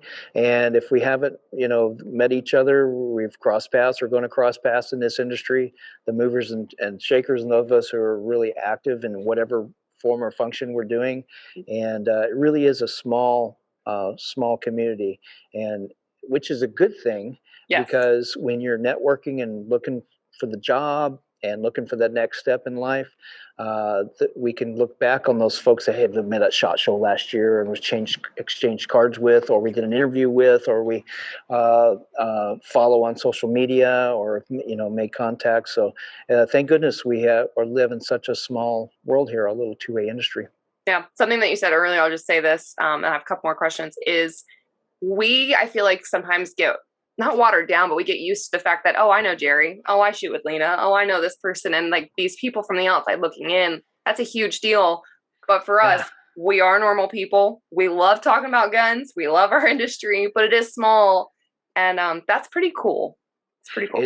It's very cool. And the folks in the industry, the Mitchell family and folks like that, you will find that 99.9% of all those folks are down to earth, and they will talk to anybody about anything and answer those questions that they've answered 10,000 times before, because with a smile on their face. Yeah, because for the love of the industry and the love of what we're doing and promoting, and how lucky are we? Yeah. Every day I pinch myself. So that's where I wanted to leave off in a couple of questions on about that. So what's been the most rewarding part about what you do for a living now? The most rewarding part, probably the simplicity of watching folks who have discovered our industry and how much fun they can have with a firearm, and that provide that feedback to us that said, because of you or watching you, like the Top Shot thing was a big deal for me, and I got a lot of engagement from that, and folks reaching out and wanting to just say hey, or saw you on the show, cool stuff. And I got a lot of feedback from folks who said, this is what helped me have the courage to buy my first gun and join a gun club and take a class and learn to enjoy my Second Amendment rights and have fun with marksmanship and shooting. And messages from guys who say, man, this because of this, I got my wife or my girlfriend to go shooting with me. Yeah. And it's really enhanced our relationship because I love guns and I'm not giving them up. Yeah. And so it's those people who really, I think, make it sure a whole lot more enjoyable for me. It does. Even that one message will keep you going for some bit, because it's hard work. Yeah, for people sure. Like, you're lucky, Denny, or whatever. It's like, no, you worked hard. There's sacrifice. It's not easy. It's fun. No, it's not, for sure. And so I'm still pursuing education myself, and taking, I think about a year and a half ago, I took the NRA Range Development Operations course because I wanted to know how high those berms should be and what they should be made of, and safety and stuff like that. I retained my firearms instructor certification. I'm a chief range safety officer. I was an RSO, certified RSO. I said, no, I want to take it to the next step. I want to be able to write SOPs one day, or I want to be able to train people to be range officers. And so I'm trying to better myself as well in the industry with my education. And even if I can't teach a class face to face, which I don't have much time to do anymore, maybe I can portray it to folks, provide a little bit of bits and pieces of information they might not get otherwise through the camera, through social media, through our streaming television programs. Oh, I think your videos are amazing online. So I think you're doing that. Yeah. I mean, thank you. I cannot tell you, you said, I feel the same way. I feel so lucky. I'm so blessed. Thank you, Lord. Yeah. And I would feel like something was lacking in my life if I wasn't working in this industry in some way. Yeah. But I'm so lucky. I do not take it for granted. I am so thankful to do what I do, and to be, like an in-house influencer, so to speak, or just help educate. I love to educate. I love to give that information. And it's just me talking. I'm not a character. I'm just me. And I've just learned a lot through the years, and I want to keep learning so I can keep passing it on. I was gonna say, if you don't pass it on, then nobody else will. So we need to do a better job of that for the next generation. Yeah, 100%. And I'm a huge fan of Kenzie Fitzpatrick and Three Gun Kenzie, and I enjoy watching your adventure as well. And how tough is it for you to concentrate at competitions when you're running this business in the industry? I've struggled a little bit. So there are days that I'll put my phone on airplane mode, but for me, and I'm trying to separate the two, it is work for me. So I'm focused on getting the pictures and the shots of the team when I'm on the squad on the match. Or for me, like at nationals, I'm writing an article. I went 4 hours before. I spent 12 hours on day one with staff taking photos. So yeah, and again, I'm not a great shooter, but I don't feel like I have had time yet-ish to focus on just me and my shooting. So like the education piece where I have the most fun, like I'm taking a Mason Lane class. I'm going to train a little bit more with Travis this year. Like I'm all about that. That's when I love shooting and like get really happy. But yeah, I'm not doing a very good job of separating business and work and shooting, because I'm like, all right, I got to retweet this or share this on Instagram. And I know. I think the same way. I'm at a match. I'm wearing my cap. I've always got a tripod with content. On the side, getting the big view, and I'm always thinking, how can I create content? How can I use this to promote? How can I use this to promote the industry, the sport, the club, the business, the this, the that, the Big Daddy. And do you bother people too? Can you get my video? Can you get this picture? Can you? I bother people a lot less now because I have a system, Kenzie. Okay. A system. A tripod, So camera head. I have my tripod. I have an iPhone 13 Pro that I set to the side, and I get a big view. And I figured out how to do the different views, and my media guys show me what buttons to push, and so I can set that up on the side. And hopefully I'm not the first guy on the squad. Kind of see where the rest of the guys are standing, because I want to see everything. And then I'll use my Tachyon gun cam and yeah, I'm always thinking about content. Look, I don't know if you saw this, but I took my little CVA, my little blackout rifle, suppressed rifle. I did the silliest, stupid little video. I had cows in my back pasture, and the next pasture is my range where I have my plates. And I was like, you know what? I'm gonna make some content. I'm like, can never quit working. I know. So I walked out in the first pasture where the cows were, set my phone up, and I'm gonna leave it to. You know what? I don't know if I made a reel out of that. It's on my Instagram, Denny Chapman Media. It might be a reel. Not sure if it's still up, but I just did. I can't help it. I know. I just see if I can shoot without spooking the cows. I know. I did spook. So I'm always thinking about business. Always thinking about promoting, and it's not because. Like, I don't feel like I need more followers, more friends, but I really feel an obligation to do everything I can to get people's attention and get people interested in exercising their Second Amendment rights and enjoying their firearms. Yep. And this is a controversial time we live in. God bless those parents who lost those kids. We got to talk about that because it's pertinent. I don't see how we cannot talk about that. But what I want people to know is responsible firearms owners are not the enemy. It's the evil in the world, and I really hope and wish we can figure out a way to better protect our schools. Right. And maybe spend more government money to do that. And I don't mean to get political. I'm not a very controversial person, but I think it's an important topic for people to think about. So next time you're out casting your votes, I would encourage my friends to think about things like that when they look at who they're going to vote for, and people are going to work in the best interest of helping to protect our schools, because we need good guys with guns. Yes. That's what we need. And it's a tough, terrible, controversial issue, but that's the truth. That's important. It is. My I won't name names, and I had this conversation with my friend this morning, one of my best friends. He told me that his son has a bulletproof, plate level 3, I think, in his backpack. I'm like, a kid should not have to go to school with a plate carrier. Like, I'm glad he does, because his dad's gun friendly. His dad shoots competition. He knows. And the wife had no idea. The dad just took action. That's what I'm going to do. But Yeah. like you said, it's removing me is going to make me more vulnerable. And yeah, schools and just anywhere, it doesn't matter where, churches, schools, it just, good guys with guns could be there. Even just having a gun on property deters a lot of people when they see it. Okay, like I'm not going to play there, right?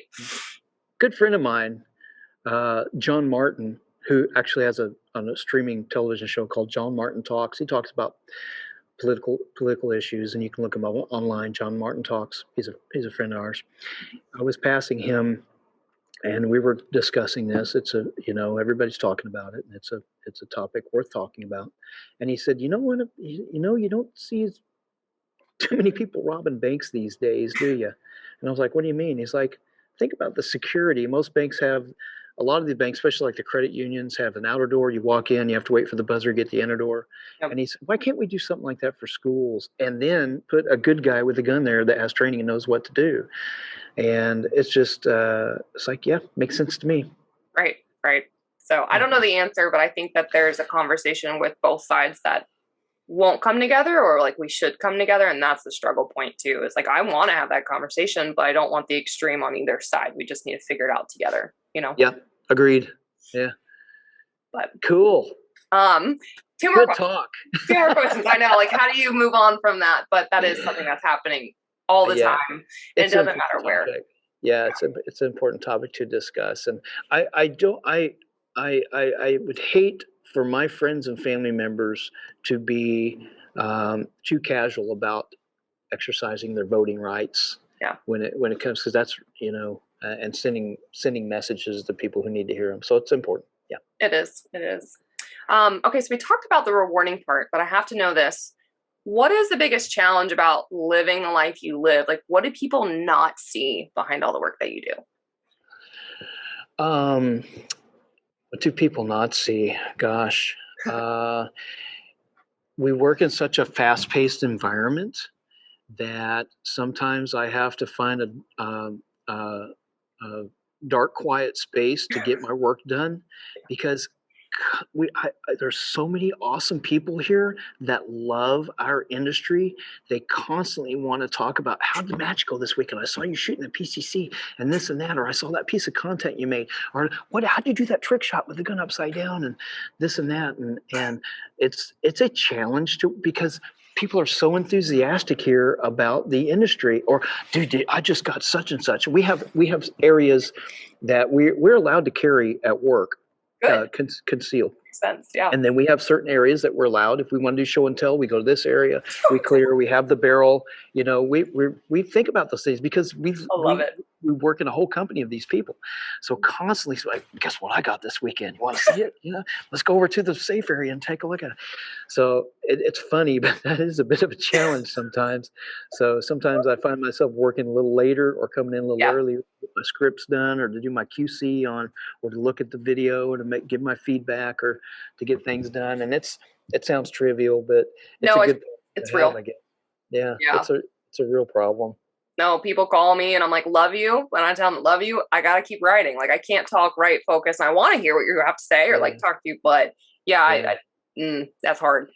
My parents were concerned about anti-gunners coming after me or giving me a hard time and stuff. And that's really not happening so much. Yeah. So it's really, it was just a family concern, especially after I got off the TV show. And then I'm doing a lot of streaming media now. Yeah. So I'm out there a lot. I'm findable more now. I'm out there more now.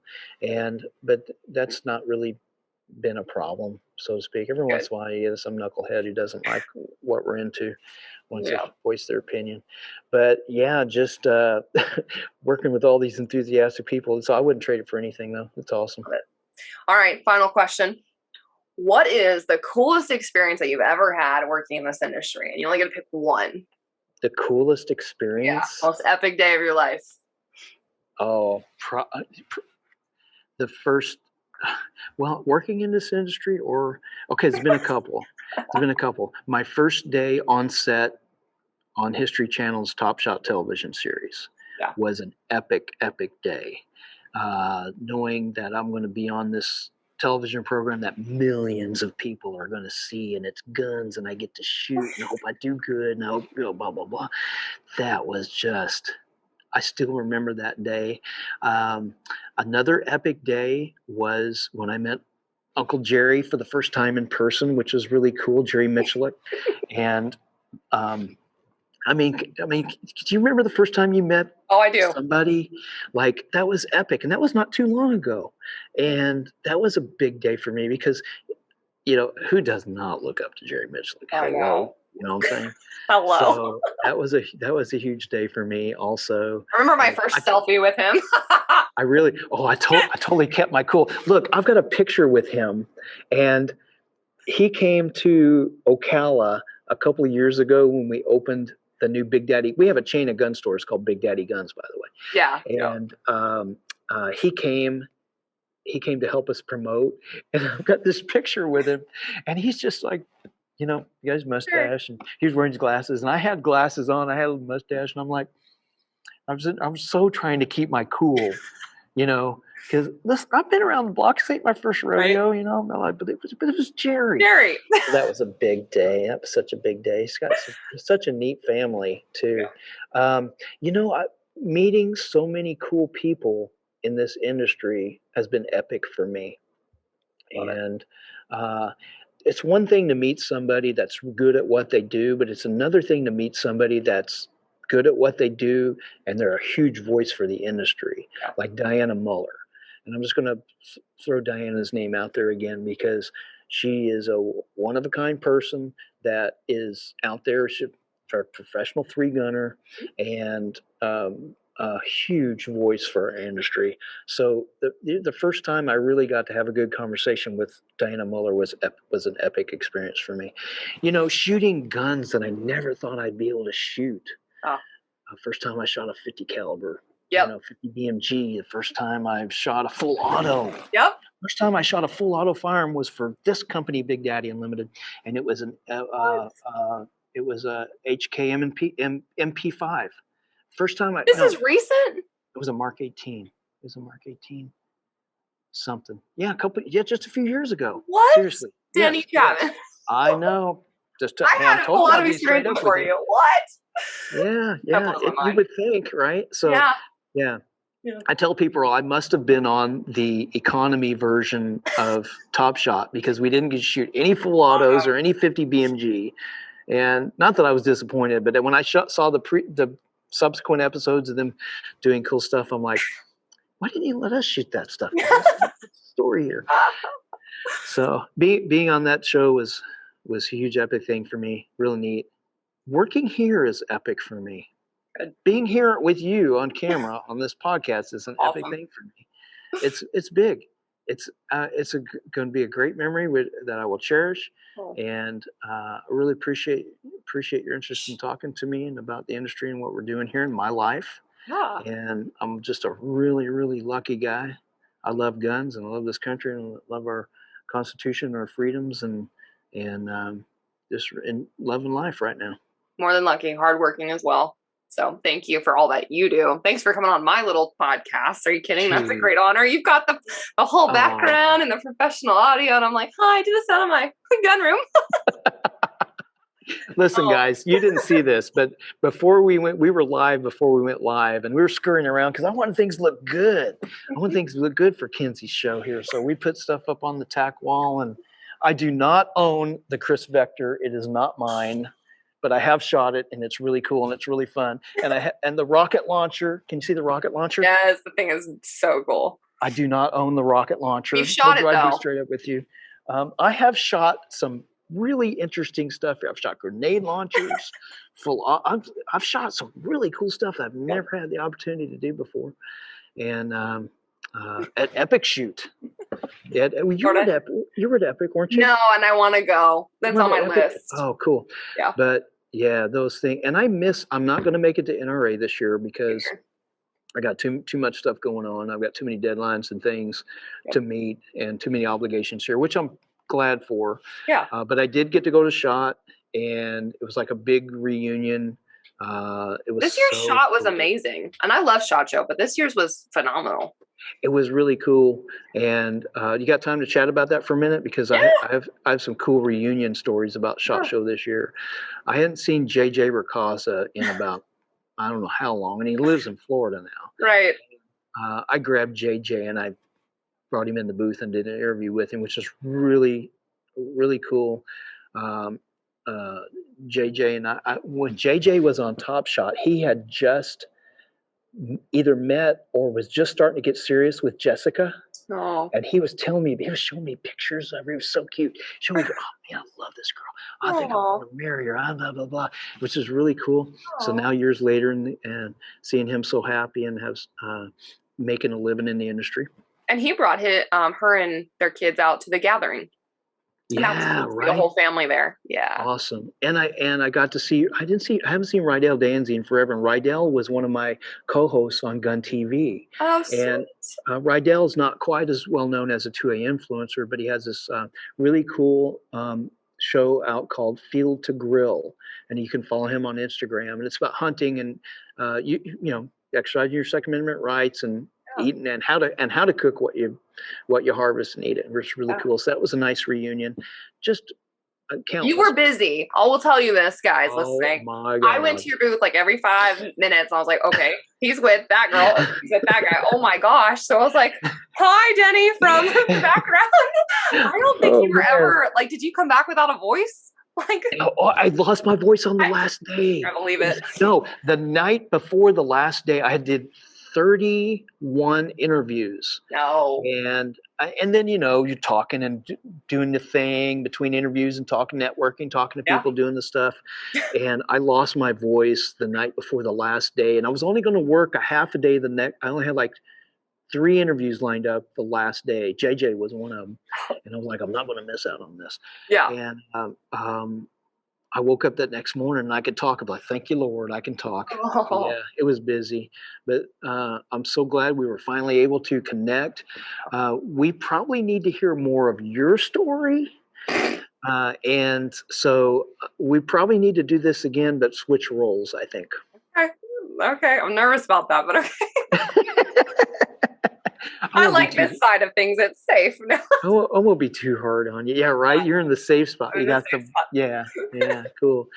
So so I would just like, you know, I feel obligated to send a message to your viewers, to anybody that's on the fence about enjoying your Second Amendment rights or going out or getting your concealed carry license, you're a gun owner and you want to take that next step, whatever it is. If we don't exercise these Second Amendment rights, one of these days they may, God forbid, it may no longer be a right. So the more of us who enjoy these Second Amendment rights and get that education and training, I like to say educate, motivate, and activate. Educate yourself, use that motivation and activate those rights and use them. And let's hold on to these rights that are so important to us. Love it. I love it. Well, Denny, how could people, I know you've said it before, but how could people find your website, your social media, and connect? I'm pretty easy to find. Yeah, just Google me. I'm on Instagram, Denny Chapman Media. I have a personal Facebook page. I may be topped out at the 5,000. Friends. But I have a what's it called, public figure page, Denny Chapman Media as well. I'm not doing the Twitter. I've got Twitter, but I'm not doing it. If Elon follows through, maybe I'll jump back on. I don't know. And I have a lot of content on Big Daddy Unlimited on YouTube, so you can follow on YouTube as well, or just Google me. I'm pretty easy to find. Yeah. This has been awesome. Thank you so much for sitting down. We could talk for 17 more hours. I know. I just heard my stomach growl. I know. I guess we better wrap this up. Yeah.